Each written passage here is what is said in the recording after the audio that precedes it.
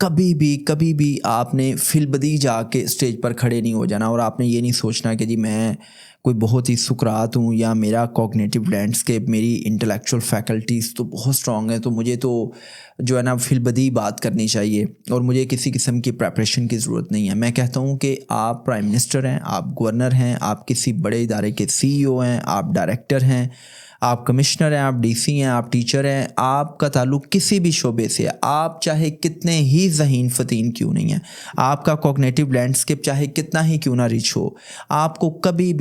بھی جا کے اسٹیج پہ فی البدی بات نہیں کرنی چاہیے، آپ کو پراپر پریپریشنس کرنی چاہیے۔ اب اس حوالے سے آپ نے نا 4P فارمولا یاد رکھنا ہے۔ 4P stands for first P would define کہ آپ نے پلاننگ کرنی ہے، سیکنڈ پی ڈیفائنس کہ آپ نے پلاننگ کے بعد اس کی پریپریشن کرنی ہے، تھرڈ پی ڈیفائنس کہ آپ نے اب اس کی پریکٹس کرنی ہے، اینڈ 4P ڈیفائن کہ آپ نے اب اس کو پریزنٹ کرنا ہے یا آپ نے اب اس کو پرفارم کرنا ہے۔ اب مجھے یہ بتائیں کہ آپ لیٹس سے پرائم منسٹر ہیں یا آپ ایک ادارے کے سی ای او ہیں اور آپ نے کسی جگہ پہ جا کے ایڈریس کرنا ہے، آپ کو وہاں پہ ایز اے گیسٹ اسپیکر یا کی نوٹ اسپیکر کے طور پہ انوائٹ کیا گیا، یا آپ نے یونیورسٹی میں پریزنٹیشن دینی ہے،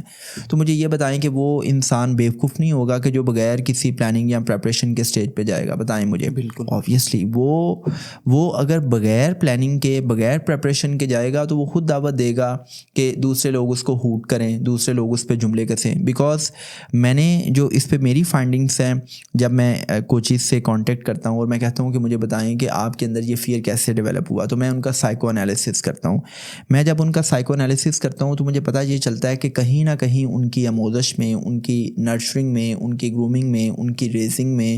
ایک پوائنٹ ایسا آیا کہ کسی اسکول میں، کالج میں یا بچپن میں ان کو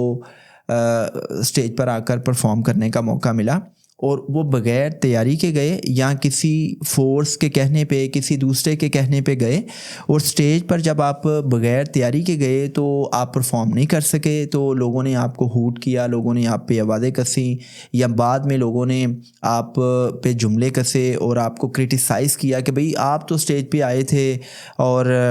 آپ تو بڑی بڑکے مارے تھے، بڑی ڈھینگے مارے تھے، تو آپ سے تو 2 منٹ بات بھی نہیں ہو سکی۔ تو وہ جو آپ کا بیڈ ایکسپیرینس ہے نا، وہ آپ کے انکانشیس مائنڈ میں بیٹھ جاتا ہے، اور آپ ساری عمر اپنے اس بیڈ ایکسپیرینس کی بنیاد پہ خود کو یہ سمجھتے ہیں کہ یار میں تو اسٹیج پہ آ کے بات نہیں کر سکتا، اور اگر میں دوبارہ اسٹیج پر گیا تو لوگ اسی طرح میری درگت بنائیں گے، اسی طرح مجھے جملے کسیں گے جس طرح مجھے آلریڈی ایک بیڈ ایکسپیرینس ہوا ہے۔